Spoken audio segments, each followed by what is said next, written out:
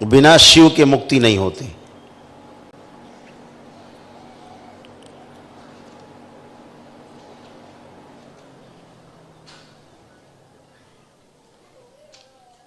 कोई रास्ता नहीं।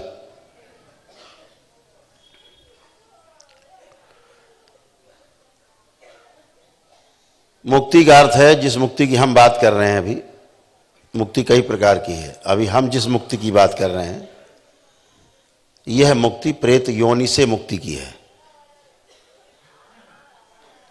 ताकि अगला जन्म जल्दी आगे मिले, शरीरों में जाए। प्रेत कोई व्यक्ति नहीं है और प्रेत कोई शक्ति भी नहीं है।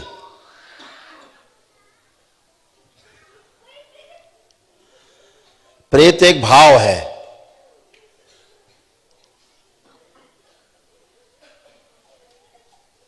एक योनि है जो पूर्ण नहीं है। सबको जाना होता है, योगी हो चाहे भोगी हो, सबको मृत्यु के पश्चात प्रेत योनि में जाना ही पड़ता है।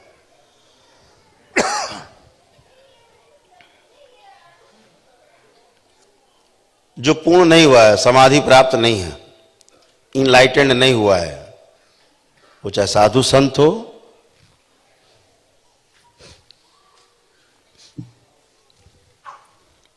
और चाहे वो गृहस्थ हो, पूर्ण होने के पश्चात ही इस 84 लाख योनियों के जन्म मरण के बंधन से मुक्ति मिलती है। उसे प्रथम दृष्टया मोक्ष कहा गया।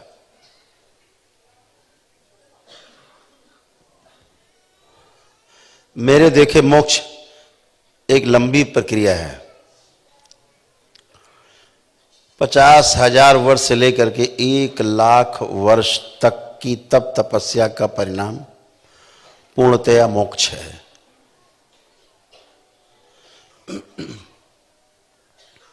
साधना करके समाधि में बैठ के समाधिस्थ होकर के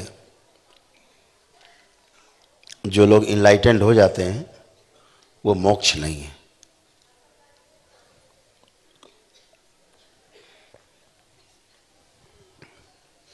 वो ज्ञान नहीं है।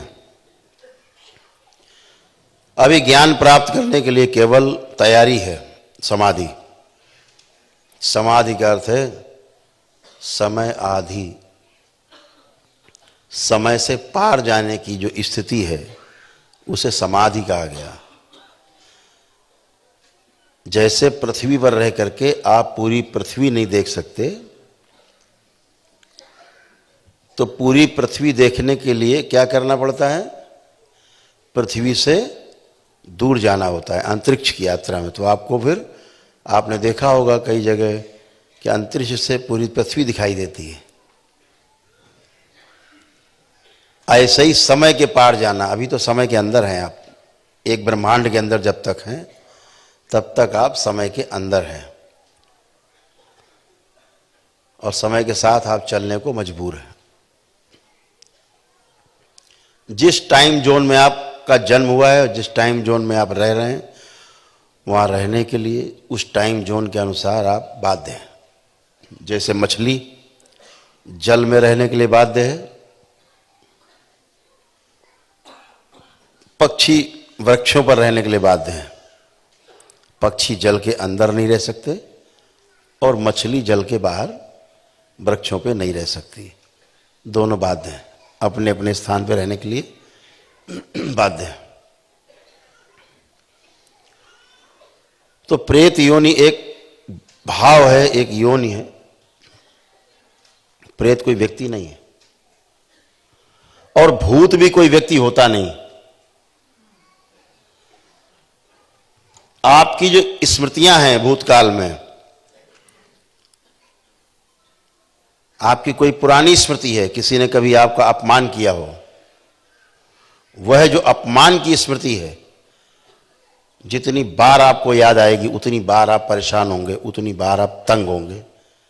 वो भूत ही है। धीरे धीरे आप डिप्रेशन का शिकार हो जाते हैं, एंजाइटी होने लगती है, घबराहट, बेचैनी होने लगती है, बढ़ते बढ़ते बढ़ते पागलपन की स्थिति आ जाती है, लोग आत्महत्या कर लेते हैं।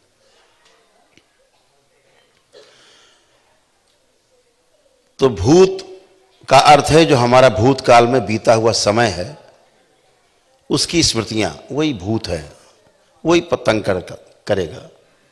हमारे जो पितृ, हमारे पूर्वज रहे हैं,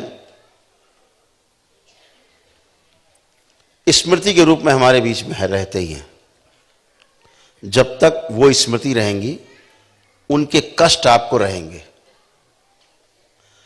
आप तमाम वीडियोस देखते होंगे दरबार के, फ्रैक्चर्ड लोग आते हैं, हाथ पैर टूटे हैं, गोलियां लगी हुई हैं, अगर कष्ट उनको अभी भी है, दरबार उनकी स्मृति से उस घटना को हटा देता है और उसका कष्ट चला जाता है।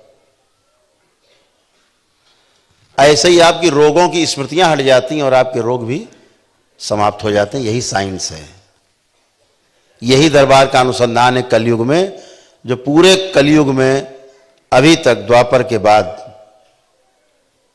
लगभग 52-5300 साल के बाद भी अभी तक कभी ये उजागर नहीं हुआ, कभी प्रकाशित नहीं हुआ, कलयुग में किसी पुस्तक में नहीं है। वो कलयुग में पहली बार प्रकाशित हुआ कि हमारी समस्या की जड़ हमारी स्मृतियां हैं, हमारे रोगों की जड़ हमारी स्मृतियां हैं, और हम खराब स्मृतियों के कारण रोगी होते हैं, और अगर यही स्मृतियां अच्छी हो जाएं हमारी, तो हम स्वस्थ हो जाते हैं। ये सबसे बड़ी साइंस उजागर हुई कलयुग में, और आपके दरबार ने उजागर की पहली बार।